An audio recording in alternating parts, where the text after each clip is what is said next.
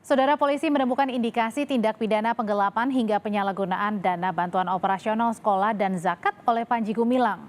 Polri dan PPATK menemukan adanya dugaan tindak pidana pencucian uang oleh Panji Gumilang terkait Yayasan Al Zaitun. Polri juga meminta atau menemukan dugaan tindak pidana penggelapan dana BOS hingga penyalahgunaan pengelolaan zakat. Bareskrim Polri telah memeriksa 3 saksi yang mengetahui proses aliran dana itu.